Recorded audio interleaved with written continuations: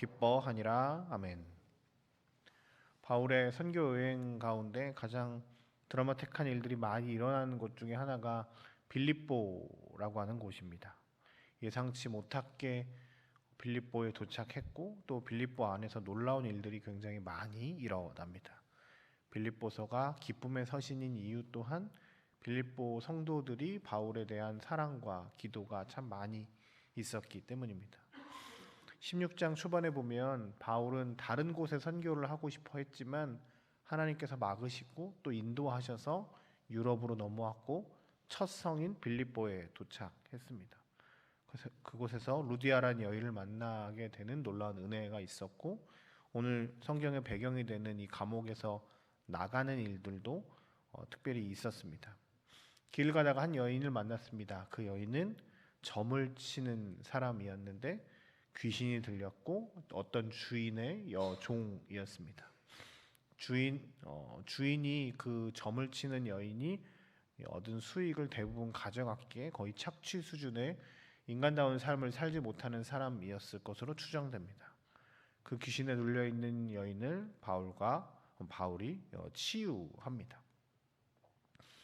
갑자기 돈을 벌 수 없게 된 주인은 이 바울 일행을 다른 이상한 풍속을 전한다는 이유만으로 감옥에 갇히게 해버립니다.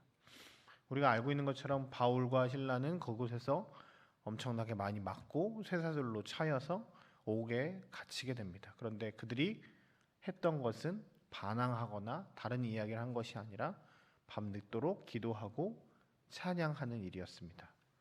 그 순간 지진이 났고 감옥 문이 열리게 되었고 이 탈출하지 않고 간수장이 거기서 이렇게 나 죽어야지 하면서 자살하려고 하자 나 여기 있습니다 라고 하면서 바울이 그들에게 했었던 말이 오늘 우리가 읽었던 본문의 말씀이죠.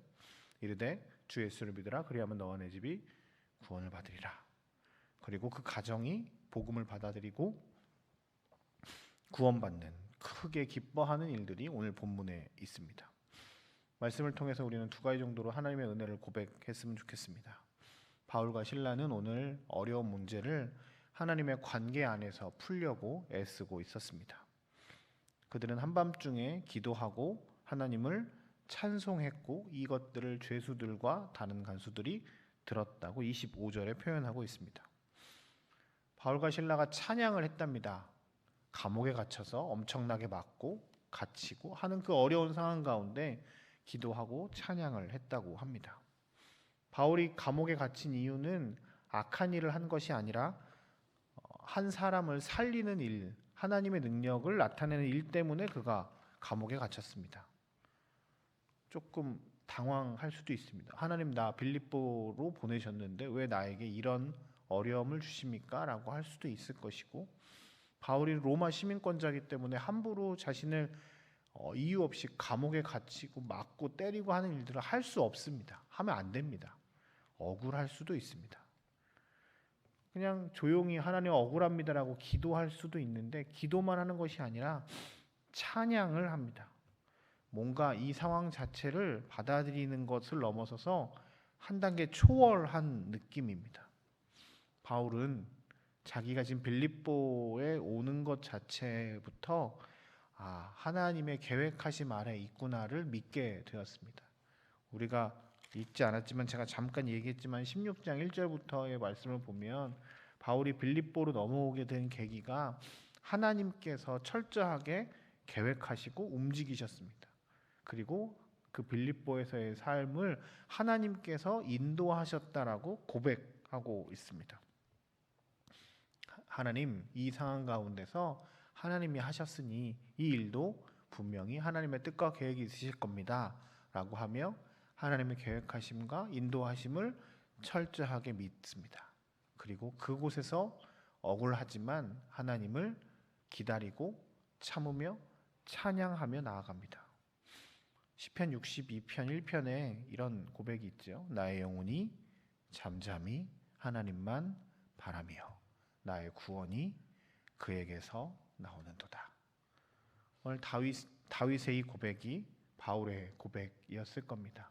조금 억울할 수도 있고 답답할 수도 있고 왜 나에게 이런 일이 일어납니까? 라고 하는 화가 날 수도 있는 상황이지만 그는 그곳에서 하나님께 기도하고 찬양하며 잠잠히 하나님의 구원을 바랍니다. 이 놀라운 일들, 이 놀라운 평안함이 우리에게도 있기를 소망합니다.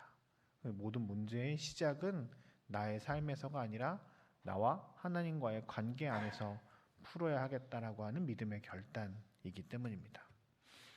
오늘 두 번째 말씀을 통해서 깨달을 수 있는 것은 오직 예수에게만 구원이 있음을 다시 한번 고백합니다. 31절에 보십시오. 이르되 주 예수를 믿으라 그리하면 너와 내 집이 구원을 받으리라. 이 말씀 너무 잘 아는 말씀이죠. 놀라운 기적이 일어납니다. 그 기적은 바울과 실라를 감옥에서 나오게 하는 기적이었습니다. 그런데 그거 정도면 와, 우리는 이렇게 고백하겠죠. 기적이 일어나서 내가 살아났어, 감사해, 하나님 감사합니다, 하나님 찬양합니다, 이것으로 끝나면 그저 나 하나를 살리시는 하나님으로 그 기적은 이렇게 축소됩니다. 그런데 그 상황 가운데 바울과 실라는 그곳을 떠나지 않습니다. 간수 하나가 그것을 지키는 사람이 내가 이거 실패했으니까 죽어야지 하고 자살하려고 하는 순간에 그 사람을 말리고 그 사람에게 구원이 들어갑니다. 그 시절 간수는 아마 퇴역한 로마 군인이었을 것이고 아마 평생을 그런 일들을 해서 로마에 의해서 자신이 삶을 윤택하게 잘 살았다라고 했던 사람일 겁니다. 공무원이었을 거고 나라가 주는 월급을 받고 살아가는 사람들이었습니다. 그 사람들에게 죄인은 어떤 사람들일까요? 흉악범 혹은 나쁜 사람들이라고 하는 인식들이 있겠죠. 근데 바울과 실라가 들어왔는데 그들은 특별합니다. 엄청 맞고 힘들었는데 그들이 그 안에서 다른 걸 하는 것이 아니라 울부짖거나 반항하거나 화를 내는 것이 아니라 하나님을 찬양하는 것을 보고 쟤네 이상한데? 라고 생각을 했을 겁니다. 그런데 기적이 일어나 도망갈 수 있는 상황 가운데 또한 그들이 그곳에 서 있는 것을 보면서 특별한 생각을 갖게 될 겁니다.